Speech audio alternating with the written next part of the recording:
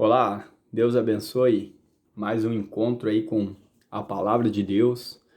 E hoje nós vamos estar falando algumas palavras, compartilhando algo que o Espírito trazer para nós estar ouvindo um pouquinho mais sobre o nosso propósito, sobre aquilo que Deus determinou para a nossa vida. E eu gostaria de estar lendo uma palavra em Efésios capítulo 1, inicia no verso 3, eu vou estar lendo, os irmãos vão acompanhando aí. Bendito nosso Deus e Pai de nosso Senhor Jesus Cristo, que nos tem abençoado com toda sorte de bênção espiritual nas regiões celestiais em Cristo. Verso 4. Assim como nos escolheu nele antes da fundação do mundo, para sermos santos e irrepreensíveis perante ele. Em amor, nos predestinou para ele, para a adoção de filhos, por meio de Jesus Cristo, segundo o beneplácito de sua vontade, para louvor da glória da sua graça, que ele nos concedeu gratuitamente no amado, no qual temos a redenção pelo seu sangue, a remissão dos pecados, segundo a riqueza da sua graça, que Deus derramou abundantemente sobre nós em toda a sabedoria e prudência, desvendando-nos o mistério da sua vontade, segundo o seu beneplácito que propusera em Cristo, de fazer convergir nele, na dispensação da plenitude dos tempos, todas as coisas, tanto as do céu como as da terra. Amém? Isso em Efésios, verso 3 ao 10. Amém? Muito interessante, né? Algo que nós não podemos, né, viver aqui, né, nessa peregrinação, nesse tempo, né, onde a palavra diz que é até 70 ou 80 anos, né, quando nós temos bastante saúde. Algumas pessoas hoje em dia, pelos recursos que nós temos da ciência e da tecnologia, vivem mais tempos, 100, 120, algumas por ter uma condição de saúde melhor, mas o que é importante é que esse tempo que Deus nos deu nessa terra é para nós vivermos o propósito que Ele tem para nós, né? A palavra de Deus diz: como pode o objeto perguntar para o seu Criador por que me fizestes assim? Deus, ele tem um propósito, né, para cada um de nós. Cada um de nós tem um propósito que Deus, ele designou. A palavra de Deus diz que todos os nossos dias estavam escritos e determinados antes dele se formar, né? Então, Deus, ele tem um plano para cada um de nós. Mas esse plano, esse propósito, nós devemos descobrir em Deus. E quanto antes descobrirmos, melhor para nós, porque nós vamos ser preenchidos, nós vamos realmente, né, ter o que Deus quer que a gente tenha, ser o que Deus quer que a gente seja. E o melhor lugar, irmãos, de nós estarmos é onde que Deus quer que nós estejamos. O melhor que nós podemos ser é a forma que Deus quer que nós sejamos. E Deus, ele é muito tremendo, porque ele diz em Mateus 11, verso 12, vou estar lendo os irmãos: desde os dias de João Batista até agora, o reino dos céus é tomado por esforço, e os que se esforçam se apoderam dele. Amém? Nós, homens naturais, e quando eu digo homens, homens e mulheres, nós, né, não temos, né, esse hábito de nos esforçarmos pelas coisas de Deus. E eu digo pelas coisas de Deus, porque tudo é uma questão de prioridade. Coisas que nós gostamos de fazer, né? Tudo aquilo que a gente gosta, que a gente se sente bem, e eu digo naturalmente isso, nós nos esforçamos para fazer. Nós gastamos tempo, né? Principalmente tempo. O tempo, ele é muito precioso. E aquilo que nós gastamos tempo, né? Aonde tiver o nosso coração, ali vai estar também o nosso tesouro.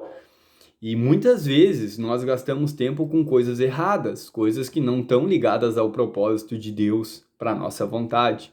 Mas nós gastamos tempo, nós gastamos energia, nós nos esforçamos. A palavra de Deus diz aqui, ó, O reino dos céus é tomado por esforço. Como nós vamos descobrir o nosso propósito, a vontade de Deus para a nossa vida? E a vontade de Deus para a nossa vida, ela é boa, ela é perfeita e ela é agradável, né? A palavra de Deus diz isso. A palavra de Deus diz que quando nós provar, nós vamos saber que Deus é bom. Quando nós provamos e sabemos que Deus é bom, nós desfrutamos da boa, perfeita e agradável vontade de Deus para a nossa vida. E é muito interessante que eu vinha falando que nós nos esforçamos por coisas que nós gostamos, que nós queremos. Nós gastamos tempo, gastamos dinheiro, gastamos energia, mas pelas coisas de Deus é mais difícil, é mais complicado. Por quê? Porque nós não queremos, né? A carne, ela milita contra o espírito e o espírito milita contra a carne, porque são opostos entre si. Por isso que nós devemos, quando Deus diz assim, filho meu, dai-me o teu coração, né? Quando nós entregamos o nosso caminho, nós confiamos no Senhor, o mais Ele faz. Deus diz em Mateus que nós devemos buscar, em primeiro lugar, o reino de Deus e a sua justiça, que as demais coisas serão acrescentadas. Deus quer que a gente busque o nosso propósito aqui. Nosso propósito às vezes é ser um pai, né? Às vezes é ser um irmão, né? Às vezes não são coisas grandiosas. Ah, eu quero caminhar sobre as águas como Jesus caminhou. De repente tu não vai caminhar sobre as águas como Jesus caminhou, mas de repente tu vai dar um abraço numa pessoa que precisa, tu vai orar por alguém que precisa, porque o nosso propósito é fazer a vontade de Deus, e fazer a vontade de Deus refere-se a amor, refere-se a obediência.